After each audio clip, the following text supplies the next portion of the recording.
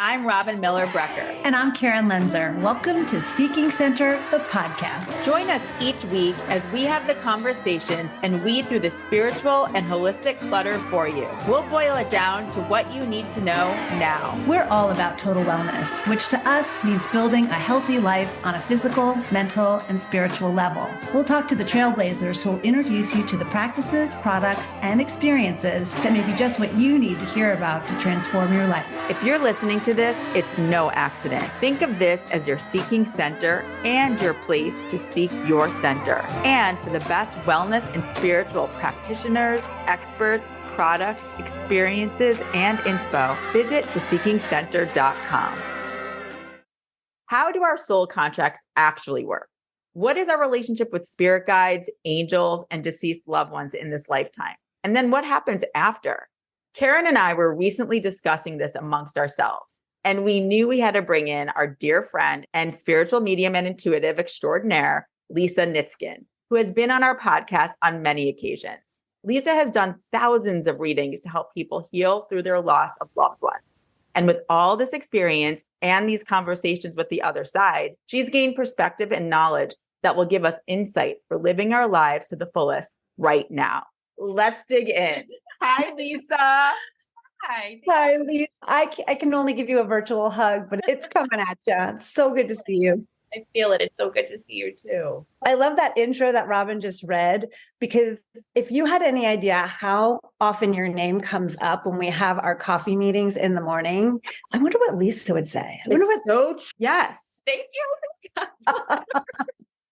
Yes. Thank you. I'm grateful for that. You've opened the door for me in so many ways over these last 6 or 7 years now, because you were really my teacher in all of this. You helped give me some very life-changing reading. And it's just an honor and pleasure to call you one of my soul sisters. So this whole conversation came about because Karen and I were having this discussion about how we know people that are well into their 80s and 90s who have never really taken care of themselves. They have smoked, they have eaten whatever they want, never really thought about it, never worked out in their lives. And on top of all that, they're really not happy and never have been. And yet here they are, they're still going along. And then we know many people who have died tragically, and they've done everything. They've done all the well-being things. They're taking care of their mental health as well. And yet they're gone. And so we were saying, does it even matter? And so that led us to talk about soul contract. And we have had Robert Schwartz on to talk about soul plans on your recommendation. Lisa, that's such a good call years ago to read his book. And then for those that are listening right now, definitely listen to that episode. It's so fascinating and what we believe to be true. And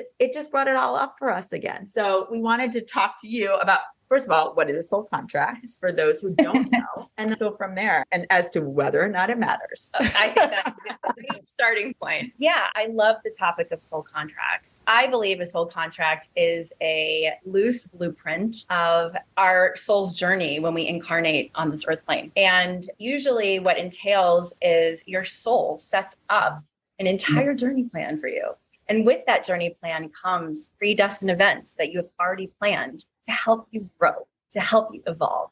Even your biggest nightmare situation can be part of your soul contract that you plan to help you learn something from that. So in terms of whether somebody is working out and thinking that they're going to live longer because they are doing that from an earthbound perspective, that very well could be. However, I really believe a lot of it has to do with the energy that you're putting into your life. We can live a life of high vibrational energy where we are working out and we feel good, because we all know scientifically that releases endorphins. That makes you feel good when you work out. That does make you have a higher vibrational energy. When you're not working out and you're feeling low, or you're feeling like you're not healthy in any way, if you don't feel good about that for yourself personally, you might start to feel in a low vibrational setting. And so you're presenting to the world and to yourself this low vibrational aspect. I believe even working out is part of your predestined plan, your soul contract. I also believe maybe sometimes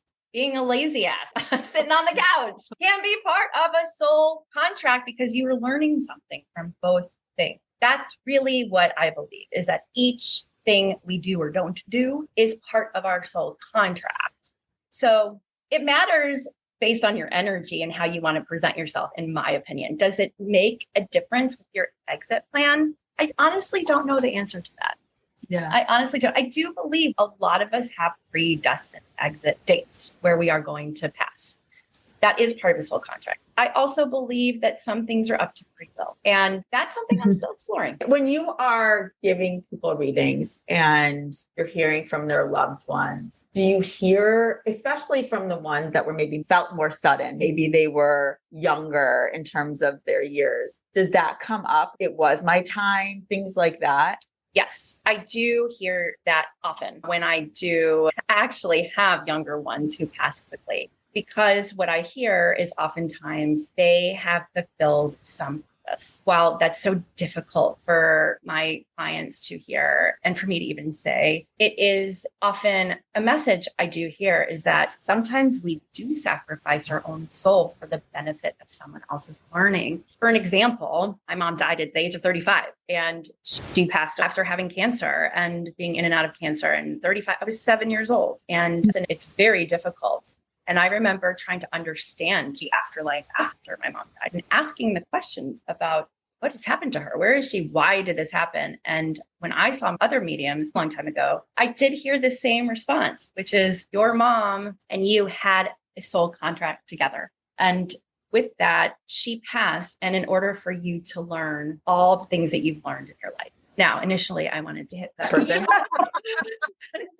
I really did. It took a very long time to understand now my mom is on the other side actually working for my benefit, and we work together. And so I do believe my mom sacrificed herself for the benefit of my learning from a soul level and my family's learning. And that's a really good transition to the whole idea of soul family, right? Because we never come in alone. We come in with a group. A lot of times that group can be the same group from lifetime to lifetime because we have bonded so closely and learned so much through those years or through those relationships. Can you talk about that too, Lisa? What does a soul family mean to you? How do you define it? That is a great question. And again, this is all the world according to me. Which we love. Everything that they've explained to me. But with this soul contract, which is really cool, is that I've learned that we actually also, when we're planning all of these events in our lives, we're also planning who we're going to incarnate with, who become our soul family. So as we inherently have our family on this earth plane, they can also be part of our soul family. But also we have friends that can be part of our soul family. We can also have people that come in and out of our lives for a very short period of time. You know, that saying, some people come into our lives for a reason, a season, or a lifetime. And oftentimes those are a part of our soul family. They're the people that are helping to aid us in our best growth possible on our soul contract, on our soul journey. And sometimes our soul family can be our biggest pain in the asses. And usually those are our greatest teachers. I always say that. So our soul family can often be people that we meet later in life so quickly, right? Yes. And you're like, why do I feel like I've known you forever? Because you have. And you planned it. And what's so cool too is that soul family can also consist of teachers, people in your community. Yes. Yeah. And even somebody in the grocery store that gives you one message and you're like, wait, what? How did you know that? Or why did you say that today? And there's some random stranger. They're really not, because they're telling you something familiar. And the reason is because you've already planned them to be on your journey to give you a message to help you grow in some way. So our soul family is really complex and it can be huge. It can be huge. Huge. Yeah. I love it when you can really recognize those people though, because you know they're eliciting something in you, usually eliciting so many feelings of love, feelings of anger, feelings of sadness, hope. Those are all people we have placed in our soul journey as our soul family members. So that's my definition. I love that. Rob and I talk about this a lot too, is that you recognize those people because of their energy. You are on that energetic frequency. You actually say out loud, oh, I love their energy, or I love their vibe, or whatever, because you really literally can feel it even before you know them very well. So I love to say that's the way I recognize my people, because they're just immediately like you. I'm at the very first minute I met you. I always know that Robin's people are going to be my people, but I remember meeting you and just immediately recognizing that I love that. And I Yeah. feel the same about you, but that's again, no coincidence. I always say that there is no, I don't, Robin knows this. Now you are going to know this. I hate the word coincidence. And that goes along with the soul contract. And there is no coincidence. It's all synchronistic events. It's just a matter of timing. When are we going to sync up with each other? And it's all divine timing when that happens. And we've also said too, what's interesting is that's why friends, even spouses, partners can come and go in your life too, because you are at a frequency energetically connected at a certain point in time to learn a lesson or to do the thing that you said you were going to come in to do.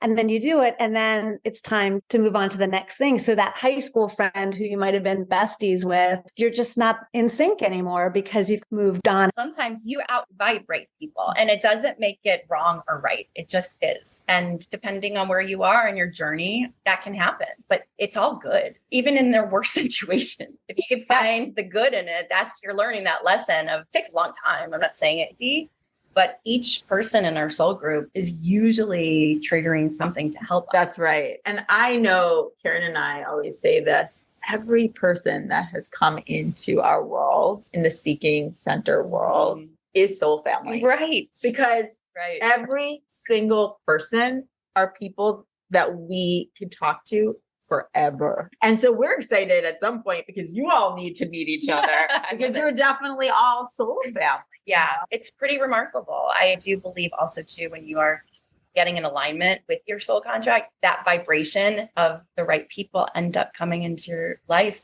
to continue to help build on that energy. Yeah. And I love that we're talking about this because I think it's helping people become more aware of it.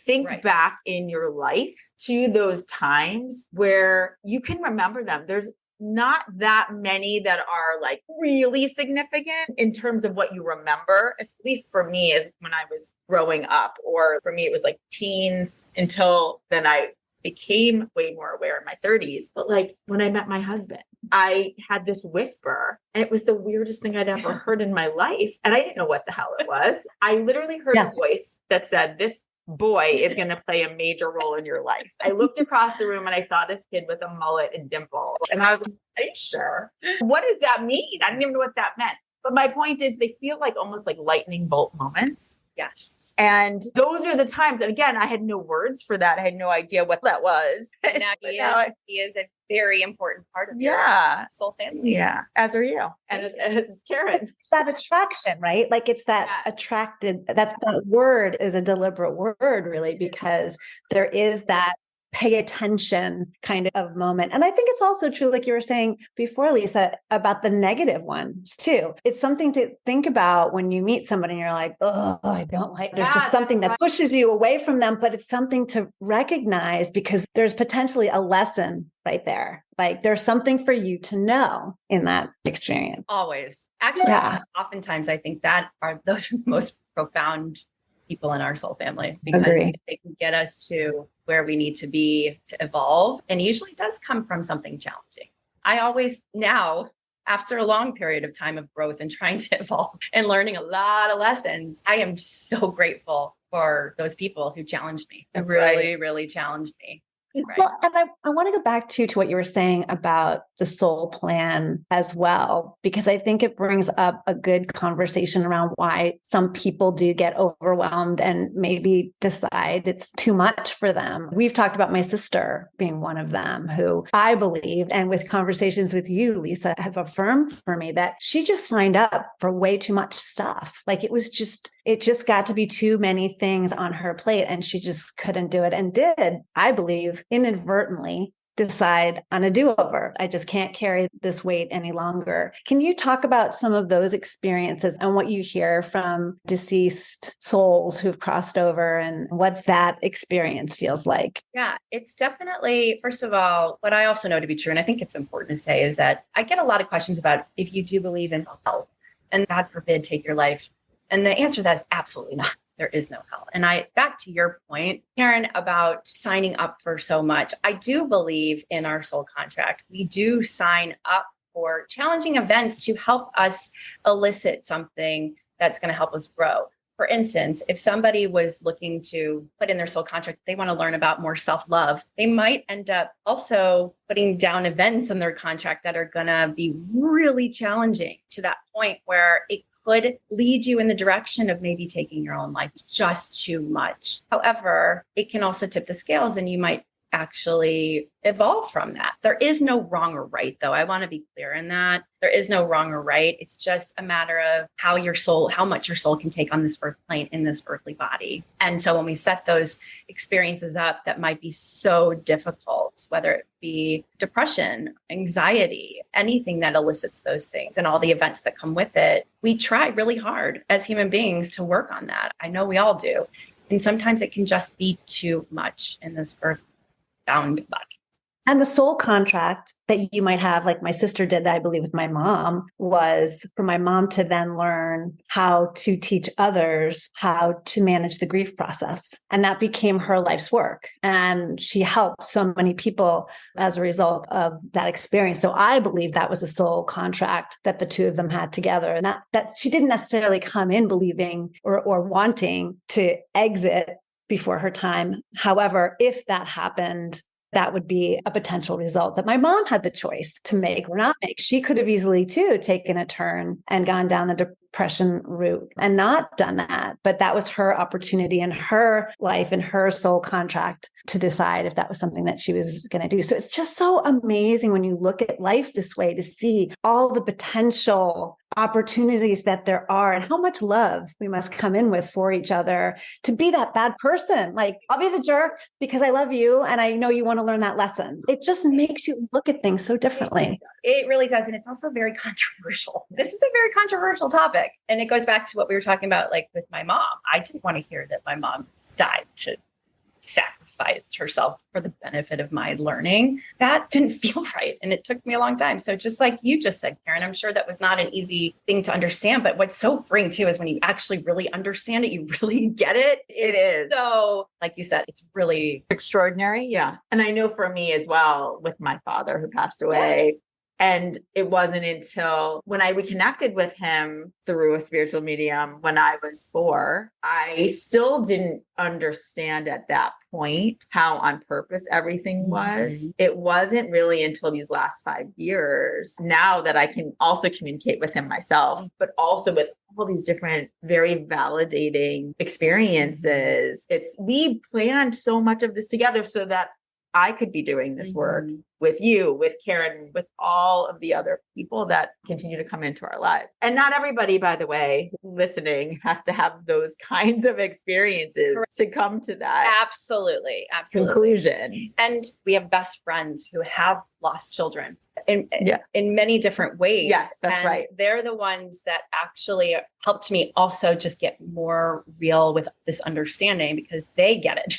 That's right. And if they get it, that's right. That just makes it really powerful. True. Yeah. The truth of the matter is you're the closest, I think, Lisa, of really being able to peer over through that curtain and see the other side. We don't know that, but I think as we always talk about, it's a choice of how we want to live our lives and what we choose to believe, as you said. But what we've seen for the parents in the grieving process, my mom, me included, the belief that this is all, it's a process. We've come down here in these bodies and we're doing our thing to learn. And there's no A+ that you get at the end of it. That's not the point. It's just that we have the courage to come down here and do the thing. And we go back and those of us in our soul family are there on the other side to continue to help us guide and get through the journey until we get back. And then we decide what we're going to do next. And we're never, ever alone. That's right. Yeah. No. And in addition to not being alone too, what you just said too, Karen, about how we then go back and we plan together again about what are the next things. And we know too, and I know for those of you listening who have heard our other podcasts on past life regression and so forth, which is fascinating. We're going to be actually talking to Michelle Brock again in the next few weeks. We know the three of us have been in past lives together. But so to us, that's very validating in this conversation of talking about soul contracts, right? To know that we've done this many times and we're here in this incarnation to help amplify all of this for other humans right now. I just think everyone who's listening, who is on the journey and at least questioning, if you don't believe, you're just questioning and you're curious about the something more and the other side. Which leads me to ask you a little bit about when you are doing these readings. And I think for those who haven't experienced that yet, there are people that come in, deceased loved ones, who you may not have been close with. And this goes to the soul family discussion, that come in to give you guidance. Can you just speak to that for a moment? Yeah, it's exactly what we're talking about. I will give readings sometimes, and somebody's great grandfather might come through that immediately the client will say, I didn't know him. And I'm like, it doesn't matter, because we do have this soul group, like we talked about, that is just so large and vast. And we have so many energies on the other side that are helping us on our journey. We do have our deceased loved ones, and we have soul guides and spirit guides, which are also energies that are not related to us, that are assigned to our soul also to help us on our journey. And there's so many different spirit energies. It's very complex, but deceased loved ones can range from not just our immediate that we know, they can be our ancestors who are really helping us, could be working through some generational trauma that they want to help us with. It's really fascinating when those energies in, because they're always working for our highest good. Yeah. And I think people just would be surprised by that if they have never had a reading. And I know for me, there are certain relatives that I didn't know in this lifetime. I know with my husband, same thing. And yet they are very much present in our daily lives. And I think to your point of, that we're never alone. We want to have this conversation all about soul contracts and all of this, and to also just remind you that you are never alone, that you can be talking, even if you've not lost somebody very significant in your life, just talk to the energy around you, because you have this whole team that's helping you every moment of every day. It's so true. It really takes a thought and an intention to bring those energies closer, and the miracles that happen when you do, and the possibilities of just realizations and awakenings and signs that you might see to help you move on to something, to get clarity. It's tremendous to know you have that literally by a thought. Yes. You have it by a thought. And I do this often. I will connect with as many people as I can on the other side that I know of, and who I know I have connected as being my soul guides, my spirit guides, my mom, my uncle, my grandparents, my friends' children who have passed, and friends who have passed. Anytime I'm looking for guidance on something specific, I might reach out to one of those specific people, and they always deliver. Yeah, always. Always. I agree. Always. I was just thinking about, what is the difference when you do a reading between, I think I know that what deceased loved ones would feel like, but then recognize, and how do you help the person that you're working with recognize the spirit guide versus the angel versus the, we all have heard of all of those presence that are around us, that are with us, but how do you recognize them? And then how do you work with them? And how do you know the difference between them? That is a phenomenal question. Sometimes I don't always know, but actually today, right before I came here, I was doing a reading and I felt a different presence come through. I'm very audience, but I'm also clairvoyant, which means I can see through a lens that allows me to witness who is also coming through. So I just had a reading where an angel did come through. Wow. and I was like, oh my goodness. And that doesn't always happen. I often just connect with deceased loved ones. That seems to be more of who comes through, like the immediate ones. But today there was an angel. And the way I felt it was they presented themselves to me as looking like an angel. And I know that might sound strange, but I could feel the sense of, this is nobody in relationship to people I'm talking to. And the difference too is they were giving such bound information about their particular soul and what advice they might need to help them with their growth. It is a little different in the sense that when you're talking to a deceased loved one, they're really providing information and validating their personality and how they were in life and what kind of connection they had with the person I'm talking to. And they might tell you things that you did yesterday to let you know that they're really with you. And it's a different light energy. It's a different energy that I feel and sense. I've been doing this work for so long. So I have learned to understand it. So that really is the difference. I do know that spirit guides for me tend to come in with the angels. They just come in at a higher frequency. I feel a little different. I feel a little bit like I'm buzzing. My ears start to ring a little bit more. And sometimes I visually can see that they look different. Sometimes, even when I was doing a reading for you, Karen, I was picking up on this Native American energy. And so it feels a little different. You can see it a little different. And it's just a channel to tune into to understand that. Yeah, I can see that. It's almost like you are an instrument that can channel in the deceased loved ones, because that's usually the most important to that person being read, right? They really want to know, they want to connect, they want the validation, like you said. And so the spirit guides, the angels will say, yeah, that's nice, right? But you really want to know that your loved ones are around you and that they're still there. That makes sense. Yeah, my clients today were thrilled though. It surprises me sometimes. I was going to ask too, can your deceased loved one be a spirit guide for you? Yes. Again, this is a very complex topic. And again, this is something that I know and that they keep reminding me of anytime I tap into spirit. Yes, our deceased loved ones can also be our spirit guides. I know my mom is one of my spirit guides. There's no question about that, because she's helping me with my soul journey too. She's with me and loves me and is sending me signs, which is great too in itself. But yes, we can have deceased loved ones that can be part of our spirit team, our spirit guides, to help us with more of, I think, soul understanding and soul advice. Yeah, I feel that. I'm sure as a parent energy, you wouldn't want to leave your child. You would want to be their guide. Even if you couldn't be with them on earth or in the physical, you would want to stay with them throughout their lifetime to guide them. And that's the thing, is they really don't leave, no matter what, whether they're your spirit guide, they're all energy that's made up of love. And that's really the bottom line, is that they really want the best for us. A lot of people ask me about, are they judging on the other side? Are they watching me? Because they come in with their personalities still intact. But what I've also learned is that we spend so much more time in self-review on the other side than judging the living. We look at how our life went. We look at our soul contract. Where did we not evolve on that branch that we were supposed to? I don't look at things as wrong or right at all. They just are. And with that, though, I often hear a lot of deceased loved ones will apologize for something that maybe they didn't do properly, or they didn't see in this earth bound suit that they were hurting somebody. And then they really see it on the other side. So I've also learned that they get to see our soul contracts and their soul contracts so clearly. And what happens is they spend so much more time on their self-review. So they really are trying to help living. And so when I say they're always with us, reach out to them, that is their job. That is literally their job. They want to help us, and they want to also make up with their karma and continue to grow in that way too. It doesn't stop. That's such a beautiful way. And it actually reminds me to bring up this idea that we live in this linear timeline. And so everything feels like it's taking a long time.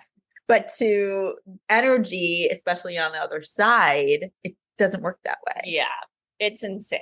I don't really understand it, but you're right. And so to us, you mean they're available 24/7. It's not, to them, it doesn't feel 24/7, but it doesn't feel like that. And so no asking is too great and no time is too bad. That probably is the one thing I hear so much from the deceased loved ones. The message is, please reach out to me. I'm always here. I'm always trying to show you I'm here. And sometimes we're missing the signs, and sometimes we second guess the signs. They don't like that. And I say that with a great amount of love. And it's not like they're angry about it, but they will do everything in their power to put a sign in your place for you to see it in some capacity. And if you don't, that's okay. They will go around a different way, and they will keep trying until it elicits something that will make you feel like they're with you. And then the more you honor it, the more you'll see. And then you become in flow with it side by side with them showing you the signs and guiding you. It's not only more enjoyable and exciting, you feel so much more protected when you can look at things that way and you can be aware of those signs.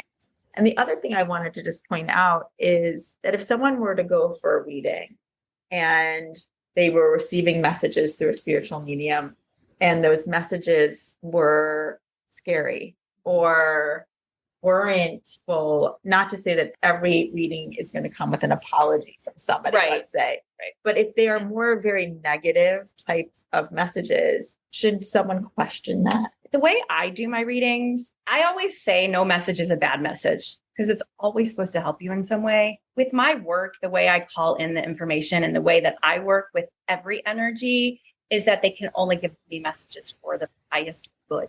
When you say bad message or scary message, I think that's a good. I've never had that Yeah. because it's not given to me that way.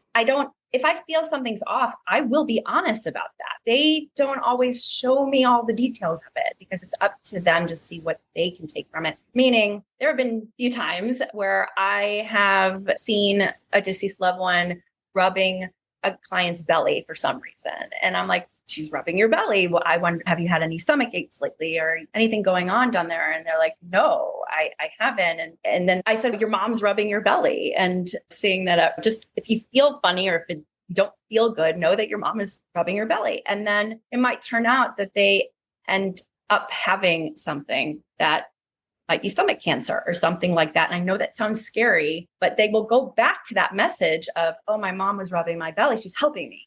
Yeah. She's helping me. Yeah. So Right.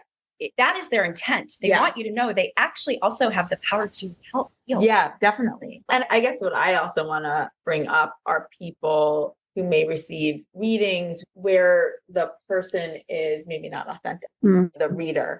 Oh, the reader. The reader. And so they may be like giving them certain messages to either elicit for them to come. Yeah. Fear. If it causes fear and, or they say to you something like, if you want to know more, you're going to have to pay more. Yeah. I just want to put that out there. That's a really good point. First of all, you have to be very discerning whenever you're tapping into energy and who you're doing it with. No matter if you're seeing a spiritual healer, a medium, psychic, tarot reader, it is so important that you as the person who's seeking that out feels like you connect with the person giving that information. And most and foremost, and I always say this, no matter who you see, your gut is always the most important. I could tell you a million things. I don't care. I'm hearing it. I will tell you and let it ferment and see how it feels for you. But I might say something that they may not agree with, and that doesn't feel good. And that's okay. They need to go with their truth, their gut. So if they're going to see somebody who is saying, I can fix this for you. Yeah, exactly. I can heal you. They really do probably are. They're preying on That's the the grief. grief. And so I just want to just point that out. It's definitely important to be careful when you are dealing with individuals in this field who are fear mongering, because if they're really doing it from a place of high frequency, it is always going to be for your greatest good. Now, I'm not saying that bad things don't happen, but we consider them bad in our earthly brain. For instance, going through a divorce that might feel really bad and terrible. That feeling is there, but there's a reason for it. It's really important to look at the delivery of how people give it to you and how you feel comfortable, and a low vibration of fear, which I don't like to operate that way. No, and when you left a reading or a session of some sort of energetic session where you feel, I've always, let's say, just using you as an example, I've always felt comforted when I leave. And same with other practitioners that we work with. And there are other practitioners who have not been on Seeking Center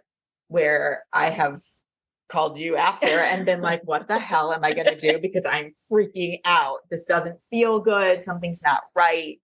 And so it's paying attention to what makes you feel good. Absolutely. So it doesn't mean the messages there may be some serious messages that come through, but it's still out of love and comfort. There's a difference between the fear versus love. Yeah. I always say, I start my sessions off by saying I do this work for healing and healing alone.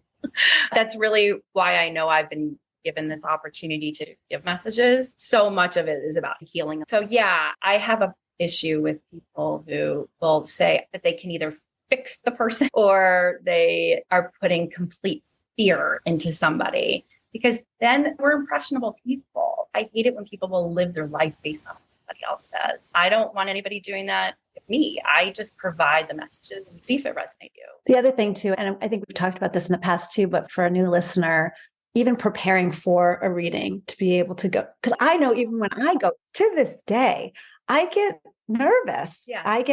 What am I going to hear? What are they going to know about me or not. There's so many moments of not being sure what to expect because every reader, every practitioner is a little bit different in the way they do their work. So what would you say, Lisa, is the best way for someone to prepare for a reading? That's another good question. Try and trust in the process. When somebody comes to see me, I give them a whole, what I call like a spiel of how it's going to go. So people do feel comforted and they do feel safe even before we start, because the unknown is so scary, right? It does. It makes you question everything. I would say just come with an open heart and open mind and trust that you're being taken care of.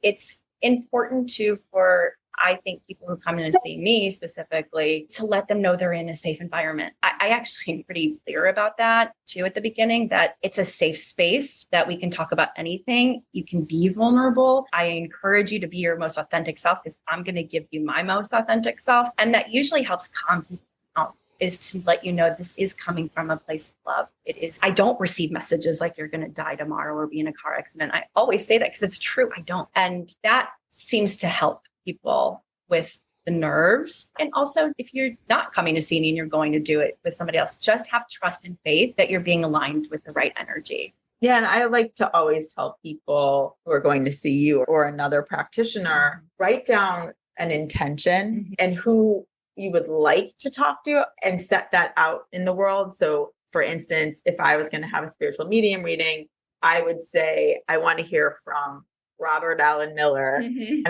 I'll say to Dad, show up on Wednesday, whatever the date is at whatever time. And I do that. And then I will also write down questions. And these are not things that I would share with whomever's reading for me. So it wouldn't be like I would send this to Lisa Pryor. This is just for me. And what I always find, and I've had many people take that advice, it is like magic. I will show a lot of times after the reading, especially with Lisa, I'll have printed it out for myself.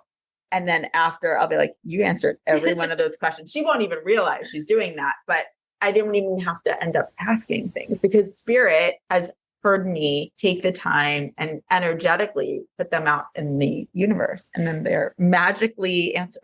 Yeah, I think that's a great point, is setting it. Intention is always the best way to connect, whether even if you're medium or doing it by yourself. I love that. So from all of the thousands of readings that you have done, what would you say are just a couple of the universal messages that you hear from Spirit that can help us in our lives right now? It goes back to, I think, what I said before, is one of the major things that they say is, please reach out to us. We are always here. Again, no asking is too great. No praying is too great. You can ask a million times a day. They always want us to know that they are there. So that is a really universal message that I get all the time. And again, that you're not alone. It goes back to that. And it seems to be becoming more and more important for me to share with my clients, with the people that come to see me, that we need to continue to reach out and we need to bring them into our lives and we need to ask them to show us that they're with us. You can be specific with what it is you want to see from them and see the miracle that happens when you do see whatever sign that is. It's really important. So you know you're walking side by side with them and they're not really gone. They're just not gone. That's, I think, one of the most life-changing things that I know came for me when I first reconnected with my dad many years ago, is that it changed my whole perspective on life and death. Because I think what's interesting that you brought up about when your mom passed away is that you were asking those questions. And I'm sure I was, but I wasn't getting any answers. And for me, that was from the time I was 12 until I was 34. I just thought you just died. And that was it. Majority of the world thinks that. Yeah. Actually. And so when you can actually see things, it's like going from black and white to color. It is. That is a perfect analogy. It changes everything. And for me too, in my life now, in the way that I talk to my daughter, my whole goal is to take away the fear of death. Not that I'm wishing death upon myself or anyone close in my life, but I don't fear it. I really don't. And we joke about it in my family here because they're like, we know if you die, you're going to come talk to us. So if you're never going anywhere, we get it. But It's incredibly comforting. It lessens a lot of anxiety in life. I think it's the crux of a lot of our fears. Just death. yes, I Right? agree. At the bottom line, it always boils down to that. So it does make you go from black and white to color. There's probably that level of not surprise, but I guess remembrance, right? So when you do cross over, it's, oh, we don't really die. And so when you give an opportunity for somebody to have a reading, I'll never forget with mine, you're like, oh my gosh, there's a lot of people here. You just open this door and they all just want to dive in. Here, we're here. They want people to know that they're really there because they've had that opportunity to cross over and remember. And so that's why it's such an urgent message for them to be able to get that validation that they are still there. So I love that. Very true. Yeah, it's really powerful. It's crazy too, in the most beautiful way possible. And such a gift to be able to give people that experience. Like Robin said, for her, it was so life-changing of not having that understanding that there was the possibility that her father was still there. And that there was actually real purpose in when he left. He died really young, and I now get it. I really do. Yeah, the why is always the hardest. Yeah, I agree. And I just feel like hopefully this conversation has helped certain people be more curious, but also look at things differently. Start to ask for those signs. Start to ask for that guidance and help from your whole team. And also look at your life differently because you landed. You landed before you came here. And so even all those tribulations that you may be going through, they're really for your soul's benefit. Even though that's really hard to understand, especially when things are painful. We know it. We've all had that in our lives, every one of us. And that's why it also goes to, I know in my Oprah world, we used to say, everybody has a story, and everybody has a story because we all planned it that way. Yeah. Yeah. And I think that word, thinking about that plan, like for people who might still be wrestling with, I didn't plan to get in that car accident and not be able to walk again. You may not have planned specifically that experience, but what you do in that soul contract is you want to learn a certain lesson. Like you said earlier, Lisa, I want to learn more self-love. I want to learn how to be more trustworthy. I want to learn how to be more selfless. I want to learn what real life is about, right? Like what this human experience is really for. And I just am thinking about people trying to make those translations between like, how would I have planned this? I think that's what we're trying to say is that we all come in with an intention to learn certain things through certain experiences. And those experiences can come about in any manner of ways because we have free will to do whatever we want, whenever we want. And so the more, to what like you were saying, Robin, the more we can look at all of those experiences, the good ones too are teaching us. They're all there for that. It can be so hard to remember in the moment when we've got those really difficult people or really difficult experiences that are right in front of us. But if we can reach for just looking for where that could be teaching us something, at least it brings our frequency up, hopefully a little bit more than where it was before. I have one other question. This was back to our coffee that Robin and I had, and it kind of circles back to where we started. So to the point of us here in our life body and those that we see around us who may be hanging on for reasons that we don't understand. Like I go back to that Alzheimer's thing because I just find it so baffling, or someone who has a serious illness and it's just super long. It just seems to be going on longer than it needs to be. What do you think about those experiences and why we might be staying longer or seemingly longer in those bodies than we really need to be? To pinpoint Alzheimer's and dementia, just what I've learned with that specific situation, I have actually heard that the confusion looks really awful for us as people who are watching a loved one go through this. It looks awful, and you've heard it's awful. And what I've heard is actually part of us is already on the other side. And so we're constantly going in and out. So that's why it looks so confusing. But I've been told it's actually not as horrendous. Obviously, I don't know. You don't know. But that is what I have been told, that our souls are just moving in and out. That's really interesting. Makes coming back.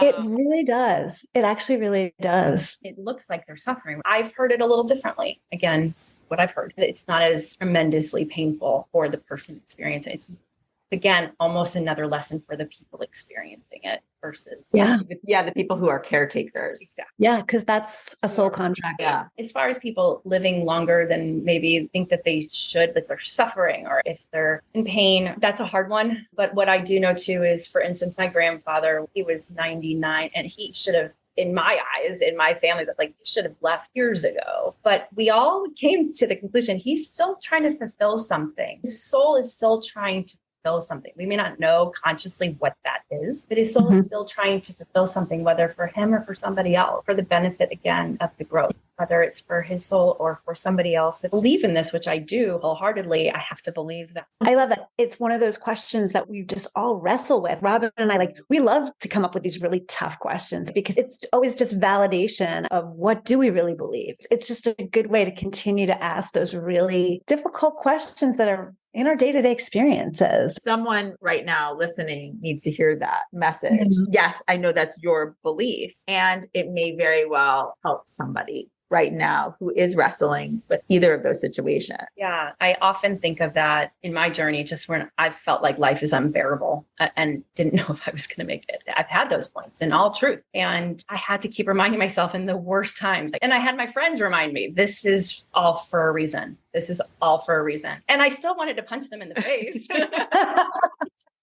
But in those moments, my soul was hearing that. My soul was being reminded, and I kept going. And being on the other side of hell, I know for me, I'm in unbelievable gratitude, like the insane amount of gratitude that I feel that in my own personal journey, just going through a lot. I am now on the other side of something where I can say I am just full of gratitude. And I now understand every single thing that happened. I know I was suffering mentally, not physically. And there is a difference, but any kind of suffering, if you can find the strength, the knowing that there's a reason for it. And even if you have to fake it till you make it, until you make it, and you will make it, you will realize. No, that's going to help a lot of people who are asking tough questions right now. There's a lot to question. And I listen, we know there's so much going on in our world right now. There's lots of people questioning all of this. Like, why? Yeah. Why are Like, so why many does it happen? suffering and all of that? And it's not Pollyanna, just for a reason. No. But it really, at some point, it's for that person's soul journey. This is for them in this lifetime. And it's really hard to see that.